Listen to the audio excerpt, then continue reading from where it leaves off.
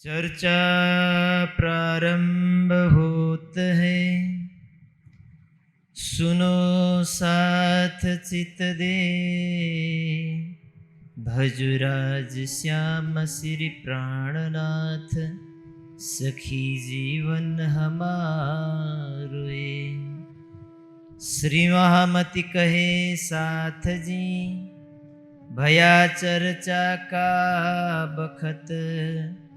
अब तुम सुनियो चित दे, लाल आगे आए बैठे न तखत।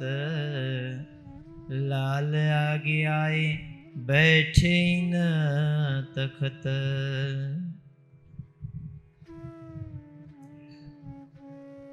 श्री महामति कहे मोमिनो, जिन पर हुआ मेराज। सूखा सलखा सो मत है, तन मार डारत हक काज। तन मार डारत हक काज। 13 वर्ष माया मिने, था ऊपर लौकिक बूझ।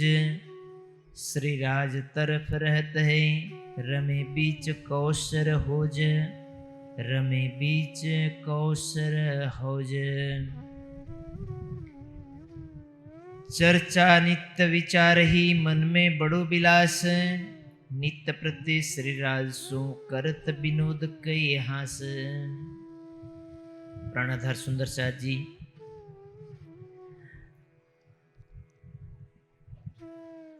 गत प्रसंग में दोनों आत्माओं का मिलन, सुंदरबाई और इंद्रावती जी सखी का आत्मा का मिलन सर्वप्रथम बार विक्रम संवत 1687 में हुआ। इसके सूत्र बने, पारिवारिक संबंध से देखा जाए तो उनके बड़े भ्राता गोवर्धन ठाकुर जी, गोवर्धन जी के द्वारा उनको तारतम ज्ञान का संदेश मिला, सदगुरु के चरणों में आए। तारतम ज्ञान जैसे ही मिला, हृदय में जागृत बुद्धि ने निवास किया। उसके उपरांत 13 वर्षों तक दोनों भाइयों के बीच में बहुत मधुर संबंध रहा। बीच में कोई भी इधर उधर न करे, जो भी अपने करना हो पूर्व तैयारी के साथ कर लीजिए। 13 वर्षों तक उनके बीच में मधुर संबंध रहा। उसके उपरांत गोवर्धन ठाकुर का शरीरांत हो जाता है, उनका धाम गमन हो जाता है। एक तो परमधाम के मूल अंकुर के कारण सदगुरु के चरणों में बैठ करके जैसे जैसे परमधाम की वाणी चर्चा का श्रवण करने लगे, श्री मिराज जी के हृदय में संसार के प्रति लगाव धीरे धीरे समाप्त हो जा रहा था। और जैसे ही अपने बड़े भाई का भी धाम गमन हुआ, तो पूर्ण रूप से उनके अंदर एक विरक्त की अवस्था हो जाती है। अब किसी भी प्रकार से संसार में उनका मन लगता नहीं है, और पूर्ण रूप से अपने घर परिवार से सारा नाता तोड़ करके सदगुरु के चरणों में आकर के अपनी पूर्ण सेवा धनी के चरणों में समर्पित करते हैं। तो यहाँ 13 वर्ष तक माया के कुछ कार्य होने का तात्पर्य यही है। तारतम ज्ञान लेने के पश्चात विक्रम संवत 1700 तक घर परिवार में रहते हुए उन्होंने सदगुरु के बताए हुए मार्ग का अवलंबन किया। उसके बाद 1700 पूर्ण हो जाने के बाद जैसे बड़े भाई का धाम गमन हुआ, अब सदगुरु के चरणों में उन्होंने अपना पूरा जीवन काल समर्पित किया। चर्चा नित्य विचार ही, धामधनी के मुखारबिंद से जो भी चर्चा सुनते हैं उसके बाद बैठ करके उस विषय पर चिंतन करते हैं कि सदगुरु महाराज हमारे लिए जो कुछ उपदेश देते हैं, हमारे लिए जो कुछ कहते हैं, उस पर मैंने कितना काम किया, मुझे और कितना सुधार करने की जरूरत है। आत्मनिरीक्षण करते हैं बैठ करके, और अपने मार्ग पर जो भी बाधाएं उनको सामने दिखाई पड़ती है उसका स्वयं निवारण करने की कोशिश करते हैं, और बैठ करके उस पर चिंतन करते हैं कि मैंने इसको कितना प्रतिशत अपने जीवन में पूर्ण रूप से उतार लिया और अभी कितना बाकी है। नित्य प्रति श्रीरासों करत विनोद कई हास। बाहरी रूप से संसार में भले रह रहे हैं, लेकिन आंतरिक रूप से हमेशा धाम धनी के चिंतन में मगन होने के कारण 25 पक्ष परमधाम का चिंतन करते हैं। कभी हौज कोसर में रम रहे हैं, कभी जमुना जी में रम रहे हैं, कभी पुखराज पहाड़ में रम रहे हैं, कभी रंगमहल के 25 पक्ष की लीला में वो मग्न रहते हैं। एक दिन श्री मिराज को दिल में उपजो ए विचार, हम आए हैं अरस से भेजे परवरदिगार। धाम धनी ने हमें परमधाम से इस नश्वर संसार में माया के खेल को देखने के लिए भेजा है, और स्वयं धनी सद्गुरु बन करके आए हैं। अब उनका हृदय इस कदर धाम धनी के चरणों में लगा हुआ है कि उनको सद्गुरु के शरीर रूपी पर्दे को नहीं दिखाई दे रहा है। सोचते हैं ये मेरे धाम के धनी साक्षात इस पंचभौतिक तन में विराजमान है, और हम उनकी आत्माएं परात्म स्वरूप ही तो हम हैं, उसका प्रतिबिंब ही तो हम हैं। हम आए हैं अरस से भेजे हैं परवरदिगार। मूल स्वरूप के हुक्म ने हमें इस माया के संसार में भेजा, जिस लीला को देखने के लिए हमने इस नश्वर तनों को धारण किया है। तो हमारा मूल संबंध तो युगल स्वरूप से है। हम क्यों न देखे धाम को अपनी जो बीतक इत। यदि ऐसा है तो हमें अपना परमधाम नजर क्यों नहीं आता। देखने वाले भी हम ही हैं और दिखाने वाले भी हमारे धाम के धनी हैं। धाम के धनी सद्गुरु के हृदय में विराजमान है, और हम इन कालमाय के इन तनों में विराजमान हैं। तो यदि हमें परमधाम यदि नहीं दिखाई देता तो राजी आए किस लिए। क्योंकि सद्गुरु के हृदय में जिस दिन विराजमान हुए थे श्यामा जी के हृदय में, उन्होंने कहा था हम आए इतने काम ब्रह्म सृष्टि लेने घर धाम। ब्रह्म सृष्टियों को अपने घर वापस ले चलने के लिए मैं आया हूं।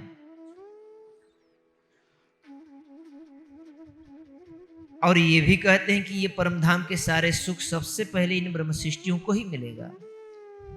तो फिर हमें क्यों नहीं मिलता। या कहीं ऐसा तो नहीं है कि हमारा अंकुर नहीं है। अंकुर नहीं है तो सद्गुरु की बात झूठी तो नहीं हो सकती। उन्होंने कहा कि तुम परमधाम की इंद्रावती की आत्मा हो। तो फिर हमें परमधाम दिखाई देना चाहिए, जो अपनी बीतक है, अपनी वृत्तांत है, परमधाम की लीला है, वो हमारी अंतरात्मा के नजर में अवश्य आना चाहिए। अब उनके अंदर ये विचार खटकने लगे। श्री देवचंद्र जी देखत श्रीधाम के निशान। सदगुरु देवचंद्र जी परमधाम को साक्षात देखते हैं। जब चर्चा करते हैं तो कभी जमुना जी का दर्शन कराते हैं, कभी रंगमहल का, कभी कहीं का, कभी कुछ आड़िका लीलाएं इत्यादि करके हमें दर्शन कराते हैं। तो उनको प्रत्यक्ष परमधाम दिखाई देता है। तो हमारे अंदर भी वही अंकुर है, तो हमें भी अवश्य देखना चाहिए। सो हमारे आगे कहते हैं कर देत पहचान। जिस प्रकार से हमें परमधाम की पहचान करा देते हैं, हमें भी स्वतः ही रूप से उसकी पहचान हो जानी चाहिए। सो हमारा खेल में इतना भी ना चलता, तो क्यों कहिए हम धाम के अपनी न देखें बीतक इत। अब यहाँ ये सब कुछ हो जाने के बाद यदि हमें परमधाम ना दिखाई दे और हमारा इतना हुज्जत यानी दावा यदि हम पेश न कर सकें कि हम परमधाम को देख जाएं, तो फिर हम कैसे मोमिन हैं, कैसी आत्माएं, कैसे धनी की अर्धांगिनी हैं। पर हम में है अवगुणति स्वास्थ्य अंतराय। और मन में एक सवाल आया, नहीं हमने इस नश्वर तन को धारण किया है, तो हो सकता है कि इसके चलते इस जीव के अंदर, इस अंतस्करण के अंदर हो सकता है कि बहुत सारे ऐसी चीज हो जो हमारे अंदर अवगुण के रूप में हमें बाधा डाल रहे हों, तो अवश्य इन अवगुणों को ढूंढ करके हमें निकाल लेनी चाहिए।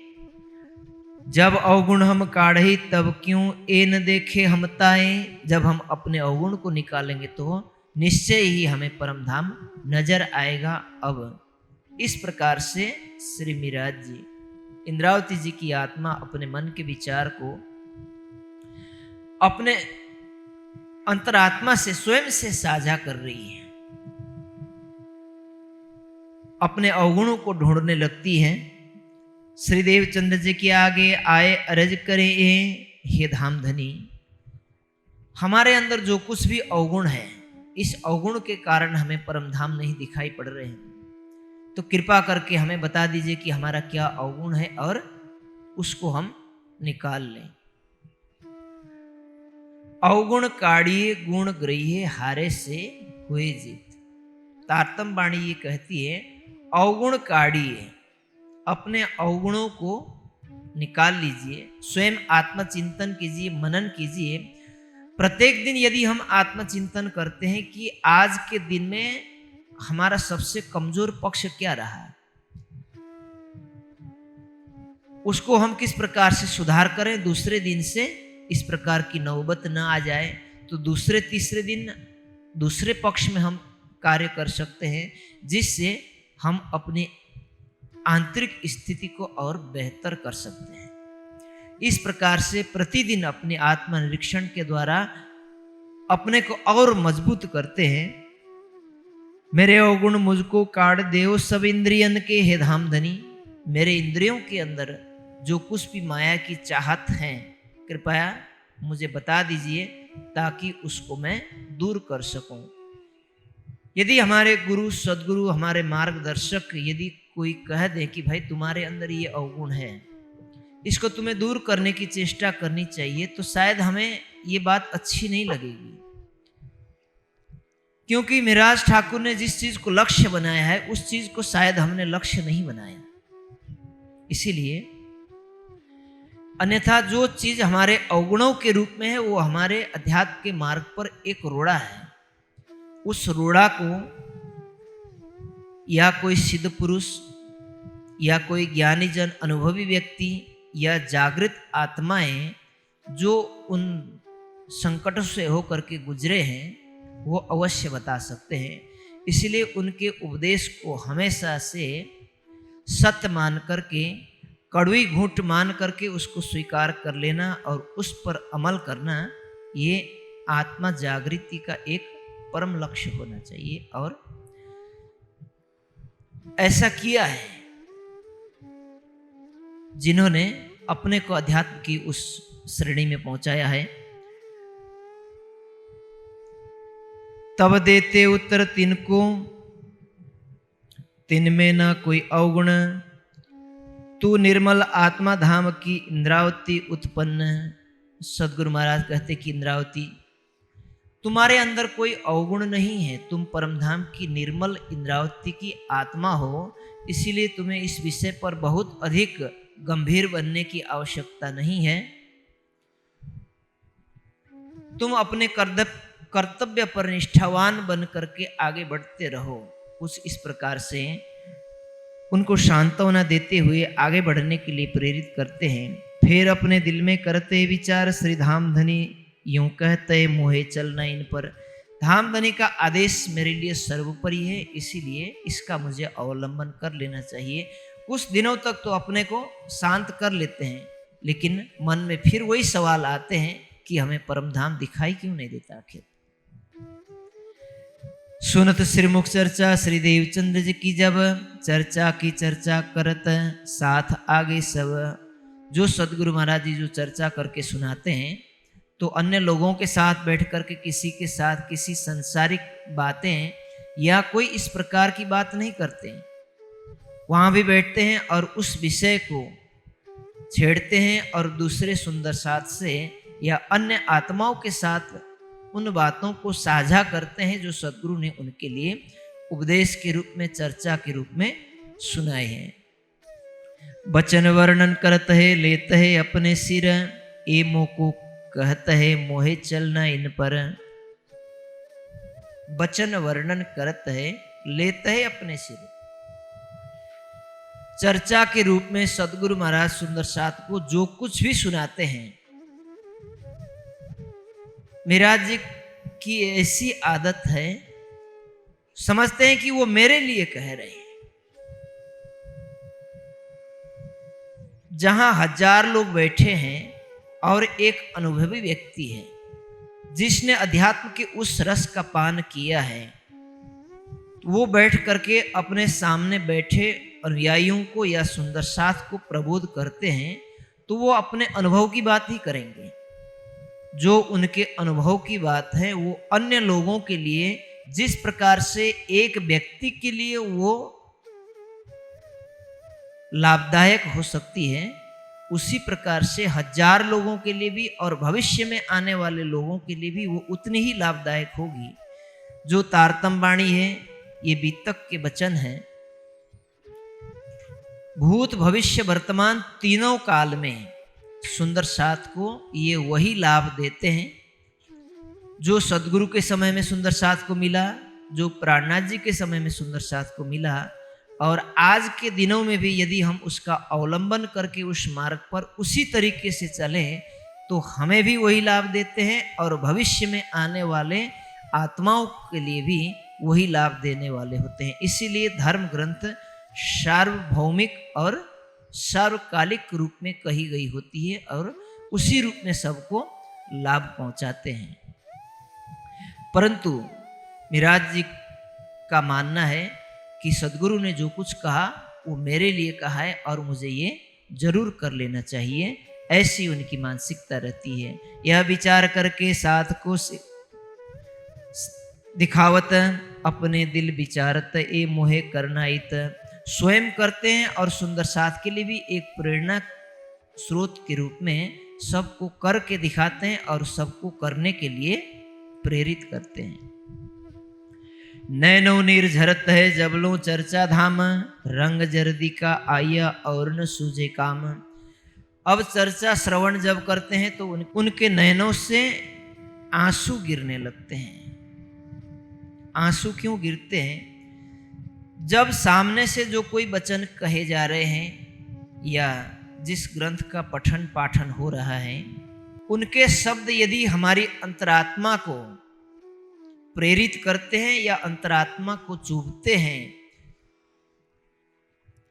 तो नयन रसाने लगते हैं, नयन बोलने लगते हैं कि ये वचन अब मेरी अंतरात्मा को क्रियान्वित कर रहे हैं, मुझे इस पर चलने के लिए प्रेरित कर रहे हैं और मेरी अंतरात्मा भी इसको ग्रहण करने के लिए पूर्ण रूप से तत्पर हैं। ये इसके प्रतीक है। नैनो निर्झरत है जोलों चर्चा धाम, रंग जर्दी का आया। अब उन्होंने अपने शरीर पर, अपने इंद्रियों पर, भोजन पानी पर इतना नियंत्रण कर दिया कि शरीर में कुछ पीलापन आने लगा है, यानी शरीर, इंद्रियां, अंग अधिक कमजोर होने लगे। ढूंढते फिरे अवगुण को अजू मेरे है, और अपने अंदर के अवगुण को ढूंढते हैं। यह मेरे घर में रहा पहुंचाऊं हादी ठौर। या तो कुछ माया की ऐसी सामग्रियां जो मेरे घर में है, जो मेरे परिवार में है, धन दौलत वस्त्र आभूषण किसी न किसी रूप में है, हो सकता है कि कहीं मेरा मन उसमें तो न लग गया हो, क्योंकि ये लौकिक सामग्रियां, भोजन, वस्त्र, आवास, इसके अतिरिक्त जो लौकिक सामग्रियां जो हम अपने जीवन में संग्रह करते हैं, वो केवल हमारी आवश्यकताओं की पूर्ति के लिए है। आवश्यकताओं की पूर्ति एक अलग चीज है और इच्छा की पूर्ति अलग चीज है। इच्छा की पूर्ति किसी की नहीं होगी। यदि आपके पास लाख है तो इच्छा होगी मेरे पास करोड़ हो जाए, करोड़ है तो लगता है कि अरबों खरबों रुपए मेरे पास हो जाए।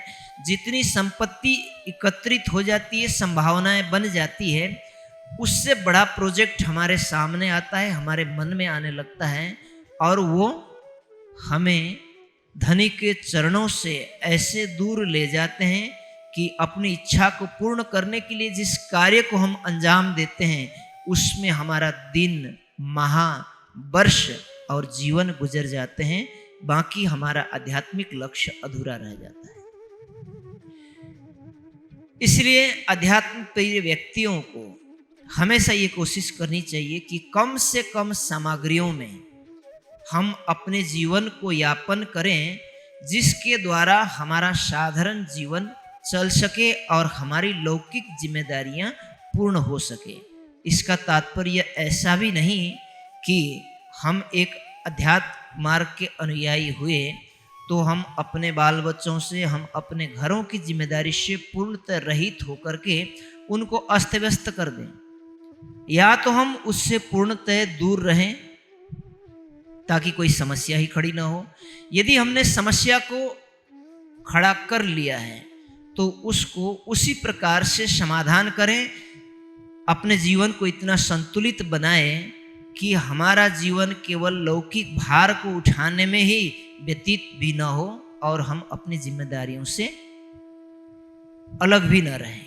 दोनों कार्यों को पूर्ण करते हुए अपने जीवन को संतुलित बना करके हम अध्यात्म के चरम श्रेणी पर पहुंच सकते हैं। ऐसा बहुत सारे मनुष्यों ने, बहुत सारे ऋषियों ने, परमहंसों ने और जागृत आत्माओं ने ऐसा करके इस संसार में अपने जीवन को धन्य किया। तिनको भी काढ़ के अरज करे आगे हादी, तब अवगुण काढ़ के ए दिल आवे साहिदी। इस प्रकार से जरूरत से अधिक सामग्रियों को हम सदगुरु के चरणों में पहुंचाएं ताकि माया हमारे ऊपर जो हावी हो रही है वो समाप्त हो जाए और हमें साहिदी यानी साक्षी मिल जाए, हमें लक्ष्य की प्राप्ति हो जाए। इस प्रकार से वो अपने अवगुणों को दूर करने की चेष्टा करते हैं। और दूसरा पक्ष, मेरे आगे मन की मैं देखूं परख, कुछ ये जाहिरी चीजें थी और कुछ आंतरिक चीजें हैं जिस पर प्रत्येक सुंदर साथ को विचार करने की जरूरत है। और सदगुरु के चरणों में बैठ करके महामती जी ने, इंद्रावती जी की आत्मा ने जो मार्ग अपनाया है वो सभी विद्यार्थियों के लिए, सभी सुंदर साथ के लिए। सुंदर साथ ऐसा ना सोचें कि हम विद्यार्थी नहीं हैं, हम कहीं जा करके कुछ सीखने के लिए, कुछ सुनने के लिए, समझने के लिए और अधिक जानने के लिए बैठते हैं तो समझ लेना चाहिए कि हम विद्यार्थी ही हैं। एक महापुरुष ने बहुत अच्छी बात कही है, विद्यार्थी किसी उम्र को नहीं कहते, विद्यार्थी एक स्वभाव है। जब तक हम कुछ सीखने जानने की चेष्टा करते हैं, यानी जन्म से लेकर के मृत्यु पर्यंत मनुष्य कुछ जानने की चेष्टा करता है तो समझ लेना चाहिए वो एक विद्यार्थी ही है। और अंत काल तक मनुष्य जब तक अपने लक्ष्य में नहीं पहुंचता तब तक स्वयं को एक विद्यार्थी के रूप में ही रखना चाहिए और समझना चाहिए, क्योंकि विद्या की पूर्ति हो जाने के बाद लक्ष्य की प्राप्ति होती है। विद्या दो प्रकार से पूर्ण की जाती है।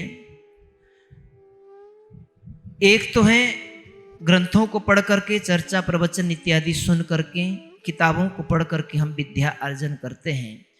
कुछ लौकिक विद्याएं होती है, कुछ अलौकिक विद्या होती है। अलौकिक विद्या वो है सा विद्या या विमुक्ति, विद्या वो है जो हमको मुक्त कर दे। मुक्त हो जाने के बाद हमें लक्ष्य की प्राप्ति होती है। लक्ष्य को प्राप्त करने के लिए विद्या को अपनाने के दो तरीके हैं, एक शब्द विद्या को अपनाएं और दूसरा शब्द विद्या जो हमें आचरण करने के लिए प्रेरित करते हैं वो आचरण में लाए। तारतम वाणी की भाषा में उसको करनी और रहनी कहा गया है। करनी यानी प्रतिदिन अभ्यास करना, और उस अभ्यस्त जीवन के बिना हम रह न सके उसको रहनी कहते हैं। उस करनी को रहनी में तब्दील करने की कोशिश यहाँ इंद्रावती जी की चल रही है। ये केवल इंद्रावती जी ने जो प्रयास किया, लालदास जी ने सुनाने के लिए नहीं लिखा है। ऐसा करके सुंदर साथ उस लक्ष्य तक पहुंच सकते हैं। इसलिए तो बीतक के इस प्रसंग में, खोज के प्रसंग में आप ज्ञान की महत्ता को समझ सकते हैं। इस अवगुणों को निकालने के प्रसंग में हम सुन करके केवल प्रसन्न तो हो जाते हैं कि अच्छा प्रसंग सुन लिया, लेकिन इस प्रसंग को जब हम अपने जीवन में तब्दील करते हैं तो हमारा जीवन कहीं बहुत हल्का हो जाता है। बंधनों से हम मुक्त होने की कोशिश करते हैं। जब इंसान अपने अवगुणों को स्वयं देखने लगे, दूसरे को कहने की जरूरत न पड़े, तो समझ लेना चाहिए कि वो लक्ष्य के बहुत करीब है। देवचंद जी के आगे बैठ करके इंद्रावती जी कहती हैं कि धामधनी, मैं अब अपने मन को परख करके देखना चाहती हूं। मेरा मन किस चीज में लगा हुआ है। मान के चलिए एक सांसारिक व्यक्ति है, एक आध्यात्मिक व्यक्ति है और एक व्यापारी है। तीनों लोगों को एक बहुत बड़े गांव के किनारे पर एकांत में एक कुटिया नजर आती है। एक था बहुत संसार का भोगी विलासी व्यक्ति।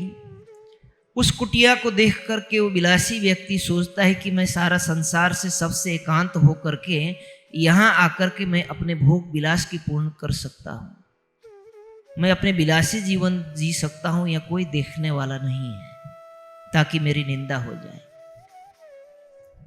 व्यापारी सोचता है कि इतने बड़े गांव में यहाँ कोई व्यापार का केंद्र नहीं है, मैं इसको व्यापार का केंद्र बना करके बहुत अधिक धन कमा सकता हूँ, धन अर्जित कर सकता हूँ और मैं अपने मन की सारी इच्छाओं को पूर्ण कर सकता हूँ। और एक सन्यासी होता है, योगी, वो उस कुटिया को देखता है तो सोचता है कि इस एकांत में आकर के मैं इस गांव में भिक्षा मांग लिया करूं, भिक्षा के द्वारा मेरे 2 वक्त की रोटी, मेरी भूख मिट जाएगी और यहाँ बैठ कर के मैं परम तत्व का चिंतन कर लूं और परमात्मा का ध्यान कर लूं। चीज एक ही है, सोचने के तरीके सबके अलग अलग हैं। जिसकी जैसी वृत्ति है, योगी को मिल जाए उस कुटिया में परम तत्व प्राप्त करने का स्थान बना लेगा। यदि उस व्यापारी को, बनिए को मिल जाए तो उसको व्यापार का एक केंद्र बना लेगा, बहुत बड़ा गोदाम बना लेगा। और उस विलासी व्यक्ति को मिल जाए तो अपने विलास, अपनी हिरस को पूर्ण करने का वो स्थान बना देगा। इसी प्रकार से ये मानव तन है। मानव तन के अंदर बैठी हुई चेतना उसके संस्कारों के अनुसार कार्य करता है कि उसके संस्कार उसको किस चीज के लिए प्रेरित करते हैं। यदि उसको सब प्रकार से आजादी मिल जाए तो सबसे पहले वही कार्य करेगा जो उसके मन में है। उसी प्रकार से हमें भी यदि संसार से आजादी मिल जाए, घर परिवार से आजादी मिल जाए, उसके बाद में बैठ करके सोच लीजिए कि मन क्या चाहता है। कहीं घूमने का मन करता है, कहीं बाजार देखने का मन करता है, कहीं अपने रिश्तेदारों से जा करके मिलजुल करके बात करने का मन करता है, कहीं एकांत में बैठ करके ध्यान करने का मन करता है, कुछ ज्ञान अर्जन करने की बात। कभी ऐसी स्थिति अपने स्वयं की पैदा कर लीजिए। समझ लीजिए कि आज का दिन मेरे लिए मुक्त है, तो आज के दिन में मैं क्या कर सकता हूं। मन में क्या विचार आएगा, मन क्या कहेगा आपको। वो मन की वृत्ति आपको उस ओर ले जा रहा है। तो उस वृत्ति को अपने धनी की चरणों की ओर लगाना ही तो साधना है। तो यही साधना अब यहाँ इंद्रावती जी की आत्मा कर रही कि मैं देख लूं मन को परख करके कि ये मुझे कहाँ ले जाना चाहता है, किसके प्रति इसकी उत्सुकता है।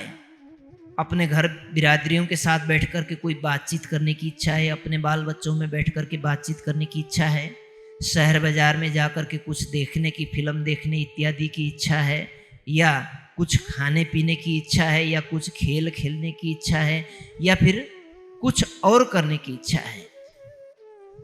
शहर बाजारों में चले जाते हैं, कहीं खाने पीने की चीज मिल जाए, या कोई कहीं लोग बाग आपस में बैठ कर के मनोरंजन कर रहे हैं, तो वहाँ जा कर के कहीं ये मेरा मन उसकी ओर आकर्षित तो नहीं होता। बढ़िया बढ़िया खाने पीने की चीज़ में, बड़े महाराज जी की वितक को आप पढ़ लीजिए, वहाँ मिलेगा कि जाकर के देखते हैं, कोल्हू में जाकर के देखते हैं, कभी कभी जलेबी बन रही, वहाँ जाकर के देखते हैं, क्योंकि साधना काल में भोजन बहुत नियंत्रित भोजन होता है साधकों का। उस समय में जो भूख जगती है, शरीर तो शरीर है, इंद्रियां जो अपने आवश्यक सामग्रियों को पूर्ण करना चाहती है, उस समय भूख की जो जागृति हो जाती है, तो मन करता है कि कुछ लकड़ी मिल जाए तो भी चबा ले। बाजार जा करके देखते हैं कि कुछ खाने पीने के में तो उसमें तो मन ज्यादा नहीं ललचाता, कभी जलेबी खाने की मन हो गई, कभी गुड़ खाने का मन हो गया, तो इस मन को नियंत्रित करने के लिए किस प्रकार से जवाब देते हैं, पूरे नीम को पकड़ करके उसमें ला करके कूटते हैं और नीम का इतना सारा वो बनाते हैं, बुरादा चटनी जैसी बनाते हैं और पूरे मुंह में भर देते हैं, चल तुझे बहुत खाने की इच्छा है, बहुत शौक है। इस प्रकार से अपने मन को नियंत्रण करते हैं कि मेरा मन कहाँ जाता है, कहाँ भागता है। कोई रास्ते में एक परिचित व्यक्ति आ गया, तो उनसे बात करना तो नहीं चाहता, कहीं कहीं मेरे भजन में भंग तो नहीं आएगा, कहीं मैं अपनी प्रियतम के शोभा में डूबा हुआ हूँ, उनके चरण कमल से शीश कमल तक निहारता हूँ, मैं अपने सदगुरु के जीवनचर्या को देखता हूँ, उनके मुखारविंद से निकली हुई चर्चा को मैं बार बार अंदर दोहराती हूँ, जिसके द्वारा मुझे शांति मिलती है, मुझे आगे का मार्ग प्रदर्शन हो जाता है, कहीं उसमें मुझे बाधा तो ना आ जाए। देखते हैं यदि कोई वो बुला न ले, दूसरी तरफ मुंह करके चल देते हैं। ऐसे करते हुए राह में चलते कोई सामे मिला यार, यदि कोई मित्र आ जाता है तो मुंह फिराए के चले, जिन बीच पड़े परवरदिगार। वैसे लौकिक व्यवहारिक रूप से देखा जाए तो उचित तो नहीं लगता कि कोई सामने वाला परिचित व्यक्ति आ रहा है और हम मुंह फेर करके चल रहे हैं, लेकिन मुंह फेरने का उद्देश्य क्या है वो ज्यादा महत्वपूर्ण है। आप मुंह फेर के चल रहे हैं या मुंह नहीं फेर रहे हैं। आपके मन में तो संसारिक बातें बहुत जी भर करके खेल रही हैं, कोई सुंदर साथ सामने से आ रहा है, प्रणाम करने के बजाय मुंह फेर के चल रहे हैं, तो ये कोई साधना नहीं होती। हाँ, यदि आप ध्यान में लगे हैं, चिंतन में लगे हैं, किसी चीज की आवृत्ति में लगे हैं, जैसे कई लोगों को हमने देखा है सवेरे टहलने के लिए निकलते हैं, लेकिन उनकी जुबान में, किसी की जुबान में मेहर सागर, किसी की जुबान में तारतम, किसी की जुबान में परमधाम की 25 पक्ष का वर्णन, किसी के जुबान में चर्चनी की आवृत्ति, अष्टपहर की लीला की आवृत्ति हो रही है। इस अवस्था में यदि हम किसी से नहीं बोलते तो उसमें कोई गुनाह नहीं है। अन्यथा हम अपने मन में जो एक रजोगुण और तमगुण से उत्पन्न होने वाले कटुता की भावनाओं को हम बढ़ावा देने के लिए किसी सुंदर साथ से मुंह नहीं फेर सकते। तब श्री धाम मोह आगे फिरवल्या गिरद, तब श्री धाम मोह आगे। इतना कठोर परिश्रम करने के बाद अब इंद्रावती जी की आत्मा एक दिन उनकी सुरता धाम धनी की कृपा से परम धाम को साक्षात देख लेती हैं। फिरवल्या मतलब चारों तरफ घूमना, रंग महल को देखती हैं, मूल मिलावे को देखती हैं और उसके चारों तरफ परिक्रमा करती है, रंग महल के नजदीकी दृश्यों को देखती हैं। अपना आपा देखिया, उन्होंने अपनी परात्म को भी देखा, किया आकार को रद्द, लेकिन तब तक साधना के उस स्तर पर पहुंच गए, उन्होंने अपने शरीर को पूर्ण रूप से जर्जर कर दिया। इस प्रसंग को देख करके, ऐसा सुन करके ऐसा लगता है परम धाम में जब से परात्म की सुरता इस कालमय के ब्रह्मांड में उतरी है, तब से लेकर के हमारी सुरता वापस लौट जाएगी, तो परम धाम में तो कहते कि वही पल की वही घड़ी है, उसमें कोई समय ज्यादा व्यतीत हुआ नहीं है। और जब हमारी सुरता इस संसार में आई है, हमारी परात्म फरामोशी की अवस्था में है, तो वही परात्म फरामोशी की अवस्था में आत्मा अपनी परात्म को किस प्रकार से देख पाएगी। धनी को किस प्रकार से देखेगी, जबकि तारतम वाणी की चौपाई कहती है पौड़ी भेले जागसी भेले। हमारी सुरता साथ में इस संसार में आई है और साथ में वापस चली जाएगी। तो जो इंद्रावती जी की सुरता ने अपनी परातम को देखा, आपकी हमारी तो सुरता यहीं पर है, साथ में नहीं गई ना, तो फिर कैसे देखा? इन दोनों प्रसंगों के बीच में कुछ असमंजस्य जैसा लगता है। धामधनी की कृपा से इस प्रसंग को आगे समझने के लिए आपको कुछ तथ्यों को समझना होगा। जैसी हमारी सबकी सुरता कालमाय के ब्रह्मांड में ब्रज में आई, रास में गई, पुनः कालमाय के ब्रह्मांड में आई और सबकी सुरता वापस जागृत होगी, एक साथ ही होगी। तारतम वाणी करी पौड़ी भेले जागसी भेले, इसमें कोई दो राय नहीं है। परंतु यहां जो कहा जा रहा है कि अपनी परातम को देखा और परमधाम को देखा, यह भी सही है। क्योंकि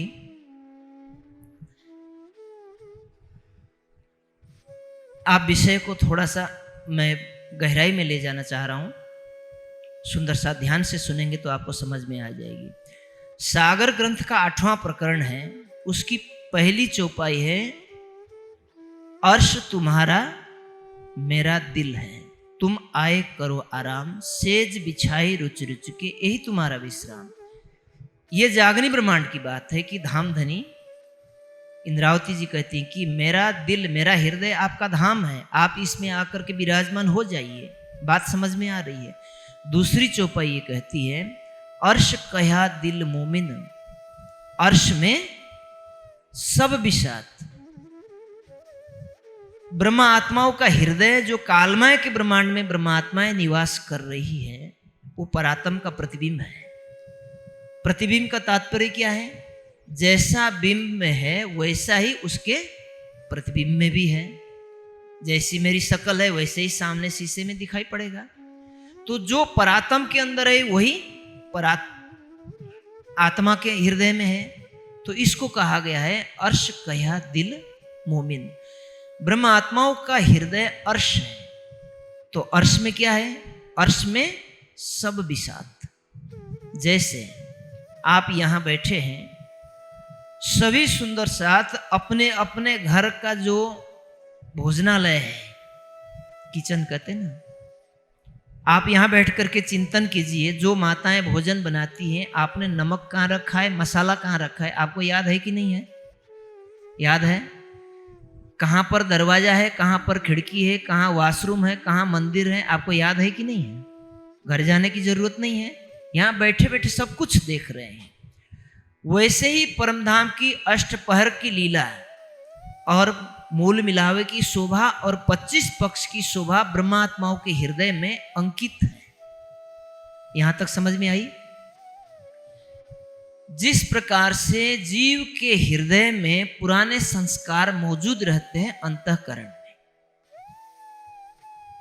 जागृत अवस्था में हम उस अंतःकरण की गतिविधियों को नहीं देख पाते, परंतु जब स्वप्न अवस्था में प्रवेश कर जाते हैं, निद्रा काल में जब प्रवेश कर जाते हैं, तो हमारी सब इंद्रियां स्थिर हो जाती हैं। स्थिर होने के बाद हमारी मन की वृत्ति अंतरात्मा की चेतना से जुड़ जाती है, जो आपके हृदय में जीव का पूर्व जन्म का संस्कार है। तो वो संस्कार सपने में प्रदर्शित होने लगता है, दिखाई देने लगता है। वो कहीं से नहीं आया, आपके हृदय में है, जो आपकी चेतना अब आपके हृदय के तारों से जुड़ गई। तो आपने देख लिया। तो अपने पूर्व जन्म की कई सारी ऐसी चीजें जो संस्कार में है, वो सपने के रूप में आपको दिखाई देते हैं, जो आपने कभी जागृत अवस्था में देखा भी नहीं होगा। आपने ऐसे साधु संत महात्माओं को, ऐसे मंदिरों को, ऐसे स्थानों को देखा होगा कभी कभार, कि कभी जागृत अवस्था में देखे ही नहीं होंगे। तो वो सब कहां से हमारे अंदर आया? वो हमारे चित्त में है। उसी प्रकार से आत्माओं के चित्त में क्या है? आत्मा परात्म का प्रतिबिंब है। परात्म ने परमधाम को देखा, सारी वहां की हकीकत उनके हृदय में चित्रित है। तो मूल मिलाव में जिस अवस्था में आत्माओं ने बैठ करके खेल को मांगा, उस मूल मिलाव की शोभा परातम ने देखा कि नहीं देखा है? देखा है। तो परातम के हृदय में अंकित है।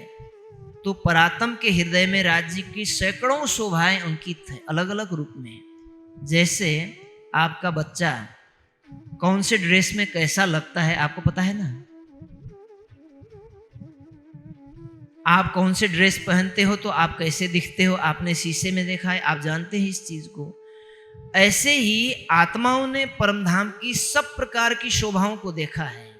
वो परात्म के हृदय में है, वही उसका प्रतिबिंब आत्मा के हृदय में है।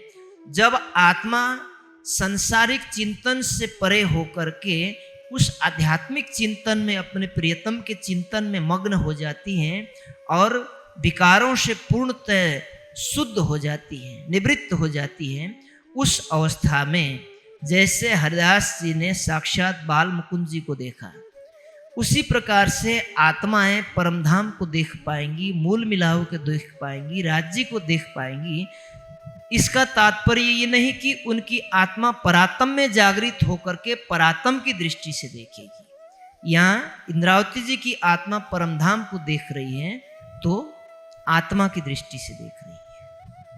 उनके हृदय में जो परमधाम की सारी शोभा है वो परमधाम के साक्षात्कार के रूप में, युगल स्वरूप के साक्षात्कार के रूप में, या मूल मिलाव में अपनी परात्म के साक्षात्कार के रूप में इंद्रावती जी की आत्मा इसका साक्षात्कार कर रही है। तो यहाँ अपने परात्म को देखा, परमधाम और उसकी रंगमहल की नजदीकी शोभा का भी उन्होंने साक्षात्कार कर लिया। तब लालबाई आए के कहा, आगे श्री देवचंद्र जी श्री मिराज जी के आकार की अरज आए करी।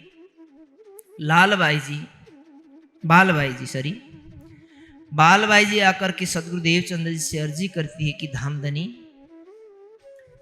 ये मिराज ठाकुर के एक जो बड़े भाई थे वो तो पहले चल बसे, अब कुछ ही बरस हुए, न जाने इनके अंदर कौन सी विरक्ति है, कौन सा प्रभाव है, क्या कारण है, ये इतने अधिक शरीर से जीर्ण हो चुके हैं, कहीं ऐसा ना हो जाए कि इनका भी धाम गमन न हो जाए। सदगुरु महाराज आप इस विषय पर क्यों गंभीरता से नहीं ले रहे हैं? आपने इनकी अवस्था को नहीं देखा? तब श्री देवचंद्र जी सवाल किया, महाराज क्या है तेरे दिल में, सो मुझे कहो आज। अब सदगुरु देवचंद्र जी पूछते हैं कि महाराज जी तुम इतने कमजोर हो रहे हो, इसका क्या कारण है? तुम्हारे मन के अंदर ऐसी क्या पीड़ा है जिसके कारण तुमने अपने आप को बहुत कमजोर बना लिया है? क्या मुझे बता सकते हो अपनी पीड़ा को? महाराज जी को अच्छा अवसर मिला, कहते हैं कि सदगुरु महाराज कृपा करके आप मुझे मेरे अवगुणों को बता दीजिए। इन अवगुणों को ढूंढने में मैं अपने आप को भूल चुका हूं और मेरे साथ क्या हो रहा है मैं ये नहीं जानता, मैं तो उन अवगुणों को ढूंढ रहा हूं, कृपा करके मुझे बता दीजिए। ब्रजराज की बातें सुनते पानी झरत नैन। जब ब्रजराज की चर्चा सुनते हैं कि वहां भी हमने लीला की, प्रेम की लीला हुई, सखियों ने श्री कृष्ण जी को रिझाया, श्री कृष्ण जी ने जी भर के अपनी सखियों को, गोपियों से प्रेम किया, अपने घर के सारे कार्यों को छोड़ करके सबसे नजर बचा बचा करके हम धनी से मिलने गए और धनी भी हमसे मिलने के लिए वृंदावन में आते रहे। इस प्रकार से ब्रज में 11 वर्ष तक किसी के घर में मृत्यु नहीं हुई। प्रेम और आनंद और उत्सव और नित्य प्रति उमंग, मंगल ही मंगल होता रहा। रास में तो जाकर के जो अखंड रास की लीला हुई उसकी तो उस लीला को देखने के लिए त्रिगुण ने इच्छा की। शंकर भगवान प्रतिबिंब की रास में छिप करके गए लेकिन उनको प्रवेश नहीं मिला। उन बातों को सुनते हैं तो आंखें बरसती है।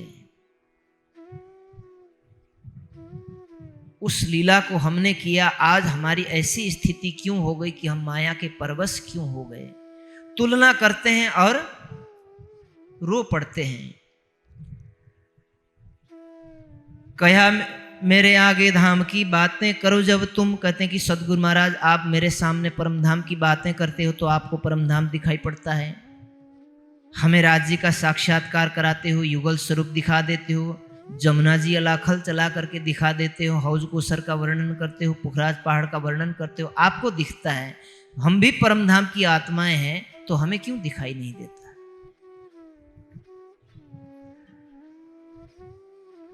जो पहचान हो वे स्वरूप की तो पलक न रहवे नैन। अब सदगुरु महाराज कहते हैं कि तुमने मुझे क्या पहचाना है। सदगुरु महाराज संकेत कर रहे हैं कि मेरे हृदय में साक्षात धाम के धनी विराजमान है, इसीलिए इन ब्रह्मात्माओं की जागने के लिए मुझे परमधाम दिखता है और इनके सामने मैं वर्णन करता हूं तो उनको विश्वास आता है। मूल कारण ये है, जब मेरी उपस्थिति है तब तक धामधनी मेरे हृदय में बैठ करके लीला करेंगे। यदि अब तुम्हें इस प्रकार की इच्छा है कि तुम भी मेरी तरह ही परमधाम को देख लो और मेरी तरह ही वर्णन करने की तुम्हें भी इच्छा है, तो मोहे उठाए तुम बैठो, मुझे इस दुनिया से उठा दो, राजी तुम्हारे हृदय में बैठेंगे, क्योंकि दूसरा तन तो महामती जी का ही होना है। लेकिन हमारे सुंदर साथ ने इसका कुछ अलग अर्थ लगा लिया, मोए उठाए तुम बैठो। तो सदगुरु महाराज ने कहा कि मैं जिस गादी में बैठा हुआ हूं, ये गादी का प्रताप है कि मुझे परमधाम दिखाई पड़ता है, तुम्हें दिखाई नहीं पड़ता।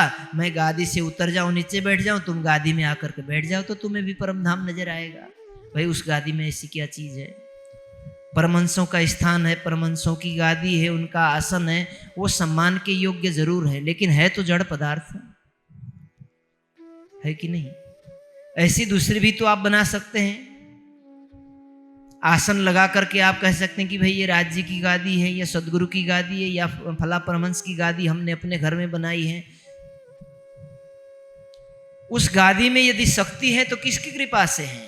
धामधनी की कृपा से है। उस धामधनी को आप अपने हृदय में बसा सकते हैं, उनके साथ आपका अखंड नाता है, आप उनसे सीधा अपना संपर्क बना सकते हैं। इसका तात्पर्य मैं ये नहीं कह रहा हूं कि आप परमहंसों का सम्मान मत कीजिए, परमहंसों का सम्मान कीजिए, उनको फॉलो कीजिए, उन्होंने जो काम किया वो कीजिए, लेकिन हम धामधनी की जगह हम किसी जड़ पदार्थों पर ले जाकर के हमने अपनी निष्ठा को केंद्रित क्यों करें?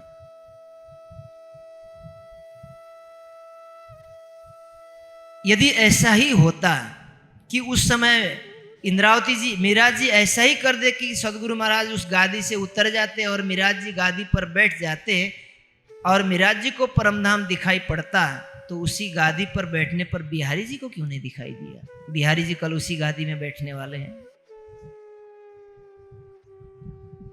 तो ये एक जड़ पदार्थ है। भावनाओं के साथ उचित न्याय दीजिए। उन भावनाओं को हम किसी ऐसी चीजों में ले जाकर के मजबूर न कर दें ताकि हम अपने मूल संबंध को भूल करके राज्य से जो हम सुख लाभ प्राप्त कर सकते हैं वो किसी हम जड़ पदार्थों में ले जाकर के केंद्रित कर दें। ये कहीं धामधनी का ऐसा आदेश नहीं है। उनका कहने का भाव ये है कि धामधनी मेरे हृदय में विराजमान है, यदि मैं इस लीला को समाप्त कर दूं, इस शरीर को छोड़ दूं, तो तेरे अंदर धामधनी विराजमान होंगे, तो तुम्हें 25 पक्ष परमधाम दिखने लगेगा, अपनी परात्म दिखने लगेगी। इस बात को सुन करके अब मिराज जी थोड़े से ठंडे पड़ जाते हैं कि नहीं, मैंने कुछ अतिरिक्त प्रयास कर लिया है।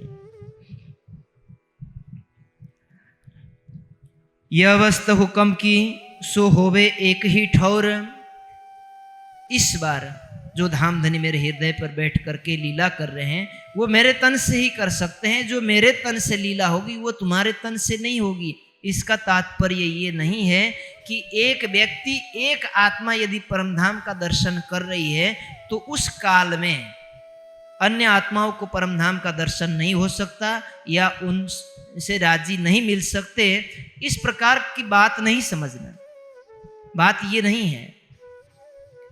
सदगुरु के समय में प्रत्येक सुंदर साथ को अचरा पकर प्यू दिखला, उसी सुंदर साथ को दिखाया ना, परमधाम का साक्षात्कार कराया।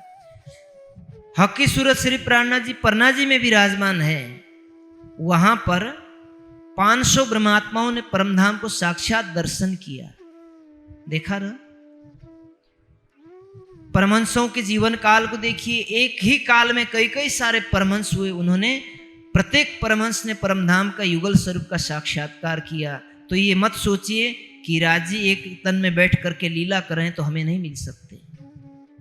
हाँ, उस तन से जो लीला हो रही है, देवचंद्र जी के तन से जो लीला होनी वो मिराज जी के तन से नहीं होगी। जब मिराज जी के हृदय में बैठेंगे उनके तन से जो लीला होगी वो देवचंद्र जी के तन से नहीं हुई। ये धनी की मर्जी है। ये उस आत्मा को जितनी शोभा दी गई है वो उतनी सेवा वो प्राप्त कर सकती है। तब चित पीछा पड़ा, हुआ मनोरथ भंग, फेर के विचार किया श्री देवचंद्र जी संग। अब धाम धनी सदगुरु देवचंद्र जी जो कुछ कह रहे हैं मुझे उस विषय पर अवश्य मान लेना चाहिए। सदगुरु देवचंद्र जी ने उनको कुछ ज्यादा ही परमधाम पर एकाग्र होने के कारण उन्होंने अपने आप को ज्यादा परेशान कर लिया। देवचंद्र जी ने देख लिया कि मिराज जी की स्थिति कुछ ऐसी बनी हुई है, कुछ माया का कार्य दे दूं। खैर कार्य माया का तो नहीं था, सेवा के लिए कुछ ग्रंथों को एकत्रित करने के लिए पुराण संहिता, माहेश्वर तंत्र, जहां पर परमधाम की बातें, ब्रह्म सृष्टियों की जागनी, ब्रह्मांड से संबंधित, ब्रजराज से संबंधित प्रमाणिक ग्रंथ हैं, उनको एकत्रित कर लाने के लिए वहां से अहमदाबाद के लिए भेज देते हैं। कया मैं हुक्म करता हूँ जाओ श्री मिराज तित, मैं तुम्हें हुक्म देता हूं कि तुम वहां जा करके उन ग्रंथों को लेकर के आओ। तब गुजरात भेजिया यह बहाना ले, जब चले गुजरात को जोश फिरा तिन से। अब जो उनके अंदर एक परमधाम को देखने का जोश चढ़ा था वो धीरे धीरे अब थोड़ा सा कम होने लगा। हालांकि साक्षात्कार हुए लेकिन कुछ उसमें निरंतरता और कुछ अत्यधिक लगनशीलता की उनकी जो इच्छा थी उसको भंग करने के लिए सदगुरु ने जो सेवा दी उसको सर्वोपरि मानते हुए ये यहाँ से अहमदाबाद जाते हैं कुछ ग्रंथों को लेने के लिए। तो अन्य वित्तकारों ने भी इस प्रसंग पर जो कड़ियाँ जोड़ी है, ऐसा बताया जाता है कि जब जाते हैं एक जाते जाते उनको एक सुंदर बगीचे के अंदर बड़ा सुंदर आश्रम दिखाई पड़ता है, स्थान दिखाई पड़ता है। वहाँ जाते हैं और एक संत से अपने मन की इच्छा व्यक्त करते हैं कि मैं इन ग्रंथों की तलाश में आया हूँ। धनी की कृपा से वो सारे ग्रंथ उनको वहाँ उपलब्ध हो जाते हैं। लेकर के जैसे वापस लौटे उनको न आश्रम दिखाई पड़ता है न वो सब कुछ दिखाई पड़ता है। कुछ आड़िका लीला के रूप में यहाँ इस प्रकार से ग्रंथ की उपलब्धि हुई और ले करके अपने सदगुरु के चरणों में वापस आए। उसके बाद अब इनको कुछ सेवा ऐसी दी जाए ताकि सेवा में लगने के कारण इनका थोड़ा सा मन इस तरफ घूम जाए, डाइवर्ट हो जाए। अब यहाँ से खेता भाई के कार्य के लिए यहाँ से अरब देश भेजने का जाने का आदेश देते हैं सदगुरु महाराज। खेता भाई जो गांगजी भाई के छोटे भाई थे, कईयों साल से अरब में रह करके कुछ व्यापार इत्यादि कर रहे हैं। गांगजी भाई के घर में सदगुरु स्वयं प्रकट हुए, आए और परमधाम की चर्चा वाणी सुना करके सुंदर साथ का एक समाज एकत्रित किया। गांगजी भाई को भी लगा कि अब मैं तो पूर्ण रूप से सेवा में लगा हूँ सदगुरु की, मैं इनको छोड़ नहीं सकता। मैं कुछ व्यापार इत्यादि करके अतिरिक्त कमाई तो नहीं कर सकता। यदि मेरा भाई आ जाए तो दोनों काम हो जाएंगे, कुछ रुपए भी कमाए होंगे और उसको भी तारतम ज्ञान का लाभ मिल जाएगा, परमधाम के सुख मिल जाएंगे, सदगुरु से उनका भी मिलन हो जाएगा। गांगजी भाई और सदगुरु दोनों ने मिलकर के एक पत्र लिखा और पत्र को दे करके अब मिराज जी को विक्रम संवत 1703 में धनी का हुक्म हुआ। उस पत्र को लेकर के अब अरब की ओर प्रस्थान करते हैं। खेता भाई गांगजी का गया है बरारब, 25 वर्ष इनको भय तुम सिताब जाओ। अब मिराज ठाकुर अब तुम वहां चले जाओ और उनको बुला करके वापस ले आना। श्री देवचंद्र जी ने कहा, सो मान लिया हुक्म, नाव चलत बरारब ता में बैठो तुम। जैसा सदगुरु ने आदेश दिया पहले ही वाक्य में, हमने जब अपना जीवन आपके चरणों में सौंप दिया है तो हम कहाँ रहेंगे, क्या करेंगे, क्या खाएंगे, क्या पिएंगे, ये आपके आदेश पर निर्भर करता है। इसीलिए आपने जो कह दिया मेरे लिए ब्रह्म वाक्य के समान है। आपकी वाणी को शिरोधार्य करते हुए हम अरब देश जाएंगे और खेता भाई का कार्य अवश्य करेंगे। यहाँ से माँ फागुन के बीच में नाव चले जब 140 दिन में पहुंच ही जाए बरारब, तब फागुन का समय था। नाव में बैठ करके 40 दिन की यात्रा करके अब देवचंद्र जी के हुक्म को पालन करते हुए मिराज जी बरारब पहुंचते हैं, जहां खेता भाई रह रहे। खेते को आए मिले दई पाती हाथ, बहुत सुख पाया राखे अपने साथ। अपने गांव नगर से, हिंदुस्तान से आया हुआ व्यक्ति, वो भी अपने भाई के भेजे हुए, सदगुरु के भेजे हुए बड़े प्रसन्न हुए। कारवार बखार का सारा सौंप दिया, तुम नौतनपुरी को चलो, धुनी बहुत जमा किया।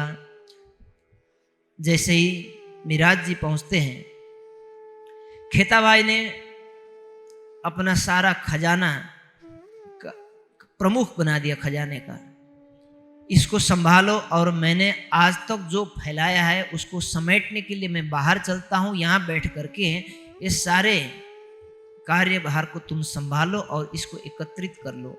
जब अवसर मिलता है मिराज जी बैठ करके कहते हैं कि देखो खेता भाई, केवल ये दुनिया को कमाना ही हमारा लक्ष्य नहीं है। ये हमारा जीवन मुट्ठी की रेत की भांति फिसलता हुआ कब निकल जाएगा, मुट्ठी खाली हो जाएगी, रेत सारे निकल जाएंगे। इसी प्रकार से अंजलि की पानी की भांति हमारी आयु निकल जाएगी, समाप्त हो जाएगा। तो इतना सुंदर मानव चोला, मानव तन हमारा समाप्त हो जाएगा। तुम्हारे घर में साक्षात धाम धनी बैठे हैं, इसीलिए तुम्हें तुम्हारे बड़े भाई ने, गांधी जी भाई ने बुलवाए हैं। तुम वहां चलने की चेष्टा करो। कुछ परमधाम की बातें सुनाते हैं, अपने संबंध की निस्बत की बातें सुनाते हैं। हम वहां से आए हैं, हमारा ये शरीर यहाँ का है, लेकिन हमारी आत्मा यहाँ की नहीं है। और इस संसार में आज तक जितने भी महापुरुषों ने आध्यात्मिक ज्ञान का सर्वोच्च ज्ञान अपने जीवन में अपना करके जो साधन किया, उससे स्वर्ग, वैकुंठ और निराकार से परे कोई नहीं गया। और तुम्हारा और हमारा सौभाग्य देखो, तुम्हारे घर में जो सदगुरु आकर के विराजमान है, वो परमधाम की चर्चा करते हैं तो सुंदर साथ को प्रत्यक्ष परमधाम दिखता है। क्या तुम मानते हो? मैं भी देख के आया हूं। मैंने उस अखंड जमुना जी का जलपान किया है। सदगुरु ने जो जमुना जी का दर्शन कराया, वो जलपान किया है मैंने। तुम नौतनपुरी चलो, उस जमुना जी को स्थान दिया है। आज भी वो जमुना जी तुम्हें साक्षात दर्शन देंगी। और आड़ी का लीला के रूप में जो धाम धनी ने जो चमत्कारिक लीला की तुम्हारे घर में, वो सारे बर्तन तुम्हारे घर पड़े हैं। कहते हैं बात तो तुम सही कह रहे हो, लेकिन रुको एक मिनट जरा, कि फला सेठ को मैं इतना धन दिया हूं, उसको एकत्रित कर लो, इसको एकत्रित कर लो। बिना अंकुरे क्या करे, लिख्या नहीं ताले माहे।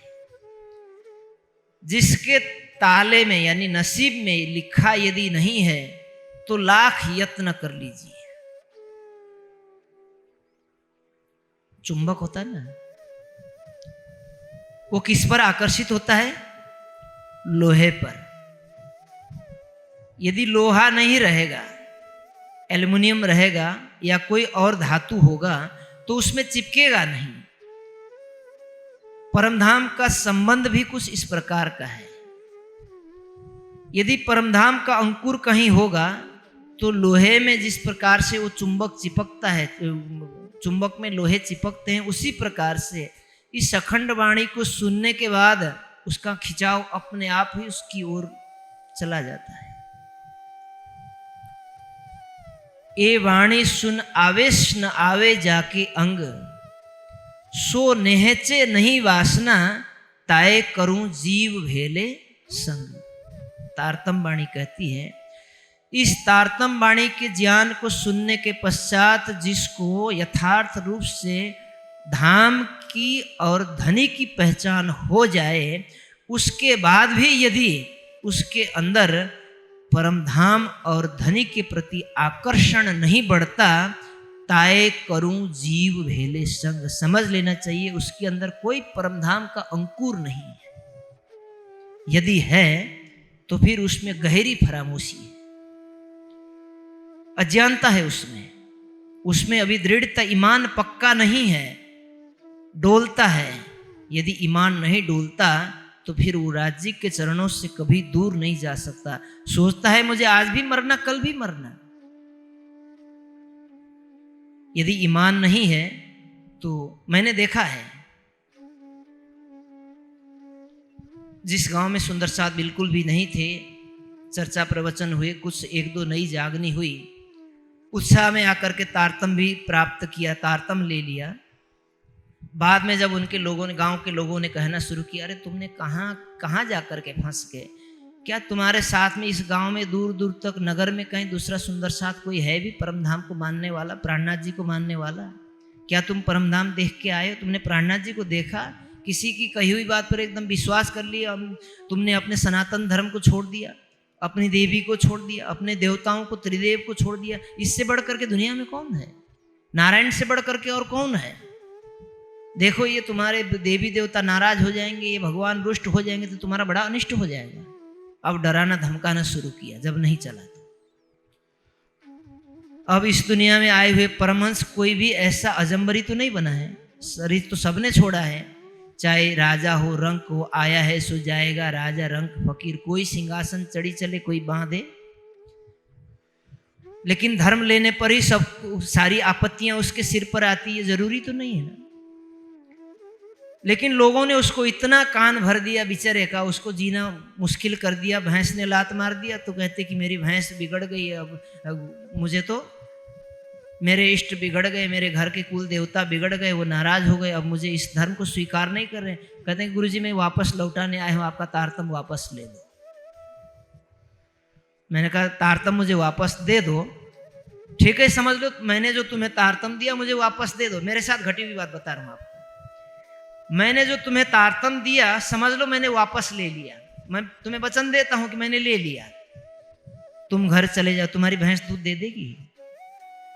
ठीक है दे देगी तो कल तुम मुझे तारतम सुना कर के ही लौटा देना। तुम जहां जाओ तेरी मर्जी, जो करना हो कर लो।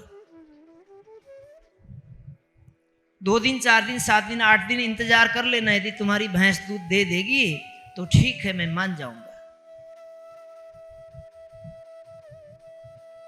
नहीं तो भैंस तो हर किसी की कटती है। एक बार तो भाई दूध से तो दूसरी भैंस ब्याएगी तो दूध बंद करेगी नहीं करेगी। गए दूसरे दिन आए, कहने के भैंस ने दूध दिया नहीं। तीसरे दिन आए, दिया नहीं दिया। 8वें दिन कहेंगे वो तो उसका दूध खत्म हो गया, भाई नहीं बचा ही नहीं उसके अंदर दूध। तो मैंने कहा कि देखो इस तारतम से, तुम्हारे धर्म लेने से और भैंस के दूध न देने से क्या उसमें क्या ताल्लुक है? ये प्रकृति का नियम है। खैर वो बंदा को समझ में आई, आज भी सुंदर साथ हैं। एक दूसरा व्यक्ति था, उसने धर्म बदल दिया। कहते कि नहीं कुछ एक्सीडेंट हुआ, कुछ गाड़ी से गिर गया, कुछ चोट लगी, कहने कि नहीं ये धर्म मेरे लिए शुभ नहीं हुआ, अशुभ हुआ। तो इन चीजों से धर्म का कुछ लेना देना नहीं है। हमें दुख होता है, हमें सुख होता है, जो हमारा प्रारब्ध है। हमें किसी की बातों से दुख लगता है, पीड़ा लगता है, या किसी की बातों से भी ना लग जाए। कोई व्यक्ति होता है ना स्वयं में परेशान हो जाता है, अंदर से फूंकता रहता है, कुछ नहीं तो पड़ोसी को देख करके फूंकता है, दूसरे की धन दौलत को देख करके फूंकता है, दूसरे की खुशियों को देख करके फूंकता है, कोई अपने भाइयों को ही देख के फूंकता है। परेशान हो जाता है, अंदर ही अंदर परेशान। किसी को परेशान करने की जरूरत नहीं है, उसके अंदर खुद बीज है। कोई दूसरे से परेशान है, किसी की बातों से परेशान है, ये क्यों होता है? कोई प्रकृति से परेशान है, ये क्यों है? ये हमारे प्रारब्ध की कमाई है। उसके अनुसार देखिए, पितामह को आपने देखा सुना है, इतने बड़े योगी, 100 जन्मों को उन्होंने देखा, लेकिन उससे पूर्व 100 जन्म से पूर्व उन्होंने जो कर्म किया था, एक छिपकली को उन्होंने मार दिया था और वो किस पर गिरा? कांटे पर गिरा। जब योगेश्वर श्री कृष्ण जी गए तो उन्होंने कहा कि देखो तुम्हारा ये पूर्व जन्म का कर्म है, तुमने 100 जन्म को देखा, उससे पूर्व जो तुम्हारे जीव ने किया उसका कर्म आज भुगत रहे हो। तो ऐसे ही हमारे जीवन में जो दुख सुख आते हैं, जीव ये अपने पूर्व किए कर्मों को भोगता है।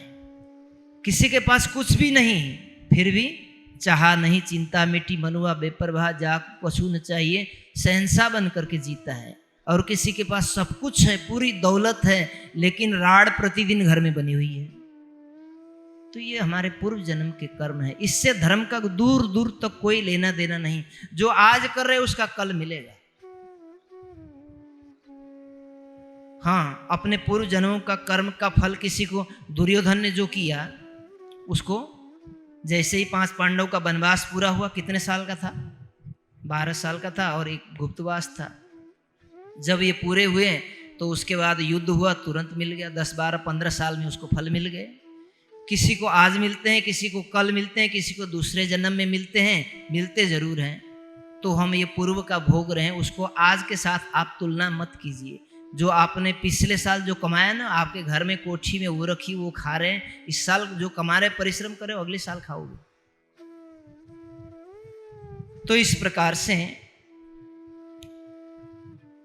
खेता भाई को बात समझ में नहीं आती। बिना अंकुरे क्या करे, उनके नसीब में नहीं लिखा था। कहते हैं कि कुछ लेकर के चलो, वहां तुम्हारी सेवा लग जाएगी। तो खेता भाई कहते हैं कि नहीं, मैंने जिस प्रकार से इस धन को दिन में दुगुना और रात में चौगुना करके, ब्याज में स्याज, स्याज में प्याज, उसमें लहसुन और मसाला चढ़ा करके लिया ना, उसने 10 गुना करके लिया है। इसका अच्छा अंकुर नहीं है। ये जहां से आया वहीं जाएगा, कहते स्वयं थे, लेकिन अंदर एक संस्कार बसा हुआ है, चित्त की वृत्ति उसमें बसी हुई है। कहते थे कि ये या तो पानी में जाएगा, या अग्नि में जाएगा, या राजकोष में जाएगा, क्योंकि संपत्ति किसी की नहीं होती। आपको उपयोग के लिए जो मिला है, आप जब तक हैं तब तक आपके नाम में है। उसका आप दुरुपयोग नहीं कर सकते। पैसे को आप नहीं जला सकते, वो राष्ट्र का धन है। आपको जितना जरूरत है उसका सदुपयोग कर सकते हैं। उसके बाद, या जिस परमात्मा ने इस सृष्टि को किया है, सृष्टि का पालनहार है, या इस पर उसका अधिकार है, या फिर राष्ट्र का अधिकार है, सरकार का अधिकार है। तो इसका मूल यही है, इसी में जाकर के मिल जाएगा, या फिर ये अग्नि में चला जाएगा, पानी में चला जाएगा। कुछ समय तक ऐसे करते करते प्रयास करते हैं, लेकिन वो जागृति तो हुई नहीं। 4 वर्ष तक उनको समेटने में लग गया, लेकिन ऐसा करते करते एक दिन खेता भाई की मृत्यु हो जाती है। बताइए कितना सुंदर अवसर था। वो अक्षरातीत, जिस दिन तक तारतम्य ज्ञान इस ब्रह्मांड में नहीं आया था, इस ब्रह्मांड में सर्वप्रथम बार अक्षरातीत परब्रह्म का साक्षात्कार किसी ने किया और जागृत अवस्था में किया, तो वो थे श्यामा जी।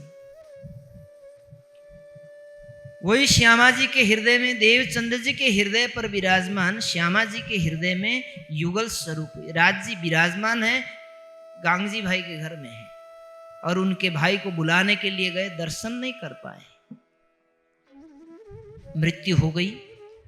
उनकी संपत्ति पर अब वहां के जो शेख सलाह था, वहां का प्रमुख बादशाह कहलाता था, छोटा बादशाह था, उसके ऊपर भी बड़ा बादशाह था,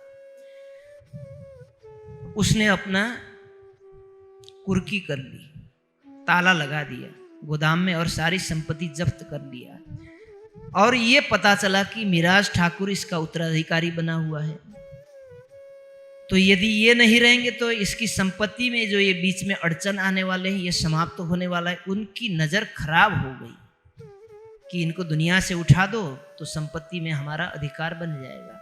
लेकिन जाको राखे साइया, किसका आदेश लेकर के गए थे? धामधनी का आदेश लेकर के गए थे। धामधनी उनकी एक एक पल को जानते हैं, तन की जाने, मन की जाने, दिल की जाने चोरी। चोरी तो जानते हैं, लेकिन उसके साथ क्या आपद विपद क्या हो रही है उसको भी जानते हैं। आपके साथ क्या हो रहा है राज जी जानते हैं, किस तरह से बचाना है वो भी जानते हैं, बचा लेंगे। कल वहां चर्चा हो रही थी, जो 2 पुलिस वाले जाते हैं उनके घर में, गांगजी भाई के घर में, राज जी ने कैसे बचा लिए थे। आगे भी ऐसे बहुत सारे प्रसंग आएंगे। उनको अंतरात्मा में आभास हुआ, वहां से रात को ही भाग छूटे, कहीं पहाड़ी पर पहुंच गए। वहां पहुंचने पर उजाला हुआ। जब उजाला हुआ तो वहां एक अरबी वेश में एक अजनबी व्यक्ति मिला। उनके चेहरे की उदासी को देख करके पूछते हैं कि बताओ तुम्हें क्या दिक्कत है, क्या नाम है तुम्हारा? कहते कि मिराज ठाकुर। कहाँ से आए हो? मैं हिंदुस्तान का रहने वाला हूँ, मैं यहाँ आया था, मेरा भाई खेता भाई यहाँ कुछ बिजनेस करते थे 25 साल से, वो गुजर गए और उस पर शेख सलाह ने अपना कब्जा जमा लिया है और वो मुझे मरवाने को चाहता है। मैं सदगुरु का आदेश लेकर के आया हूँ, ये संपत्ति पर मेरा भी कोई अधिकार नहीं है, मैं तो ले जा करके देने के लिए हूँ। अच्छा कोई बात नहीं। एक चिट्ठी लिख दी उस अजनबी व्यक्ति ने। क्या लिख दिया? सदगुरु ने जो सेवा मुझे सौंपी है मेरे गले पर डाला है, वो सेवा आज मैं तुम्हारे गले पर डाल रहा हूं, और इसमें जो मुझे अन्याय हुआ है उस पर यदि तुम न्याय नहीं दोगे तो जब न्याय का दिन होगा, खुदा अल्लाह ताला न्याय के सिंहासन पर बैठेगा और तुम गुनहगारों के लाइन में खड़े होगे, तुम्हारा दावन झटक करके मैं तुमसे इंसाफ करवा लूंगा यदि मेरा न्याय नहीं किया। लेकिन डरना नहीं, इसको कहने के लिए साफ कहना।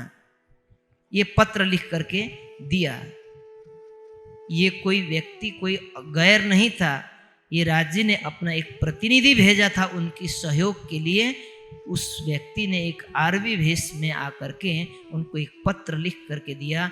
वहां से चले जाते हैं, जो बड़ा बादशाह था उसके पास चले गए। वहां जाकर के 2 महीना तक फरियाद लगाते रहे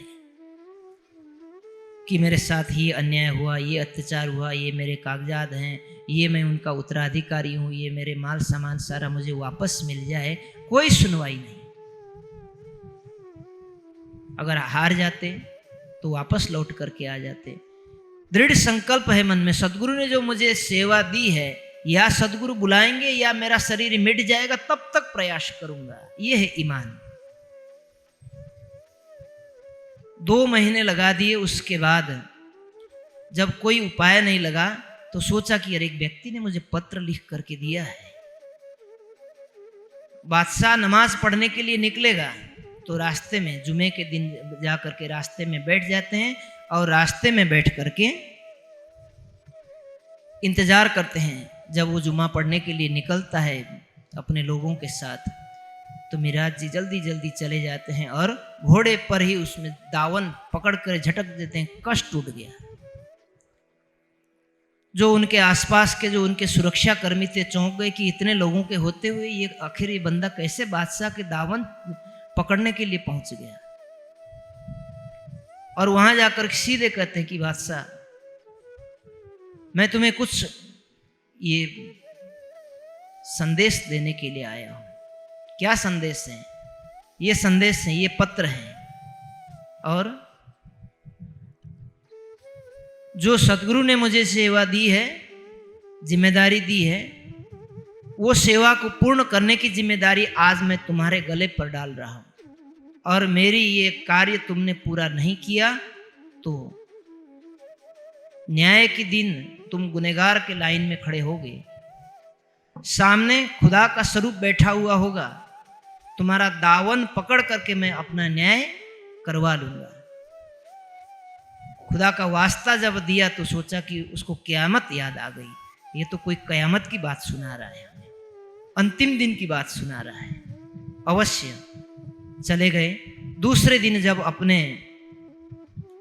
न्याय के तख्त पर बैठता है ना राजा, सबकी बात को सुनने के लिए, सबको जो फैसला करना होता है, वहां बैठ करके सबसे पहले न्याय करने से पहले उसने कहा कि दो अपने चौकीदारों को कहा कि जाओ, जिस व्यक्ति ने कल मेरा दावन पकड़ा था और खुदा का वास्ता दे करके जो मुझे बातें सुनाई थी, उस फरियादी को लेकर के आओ।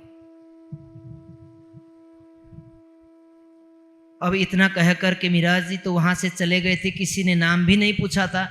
अब शहर में ढिंडोरा पीट दिया कि जिस व्यक्ति ने फरियाद लगाई थी, दामन पकड़ करके बादशाह से कही थी, वो फरियादी कौन है। मिराज जी वहीं खड़े थे, राह देख रहे थे, कहते कि वो व्यक्ति हम ही है, मेरा नाम मिराज है। उनको दो आदमी पकड़ करके, बाजू पकड़ करके बादशाह के सामने ले जाते हैं और सारी बात हो जाती है कि शेख सलाह ने किस प्रकार से मेरी संपत्ति पर, मेरे भाई की संपत्ति पर अधिकार जमा लिया और वापस नहीं दे रहे हैं। तो बादशाह सलामत पूछते हैं कि अच्छा, तो तुमने मेरे दरबारियों को क्यों नहीं कहा, मेरे मुख्यमंत्री को क्यों नहीं कहा। तो उन्होंने सोचा कि इसकी शिकायत करके मुझे क्या करना है, मैं तो अपने काम निकलवाना है इनसे, इनके झमेले में बीच में मैं क्यों पढ़ूं। कोई देत का सलाह तुमको, तुम भला चाहिए तीन, इनकी बुराई को, इनके गुण अवगुणों को छोड़ो, मैं अपना काम कर लूं। नहीं, मैंने इनको कुछ कहा नहीं, इनसे मेरी कोई बातचीत हुई नहीं, अवसर मिल गया, आप मिल गए तो मैंने आपसे सीधी ये बात कही है। हालांकि 2 महीने तक भटकते रहे।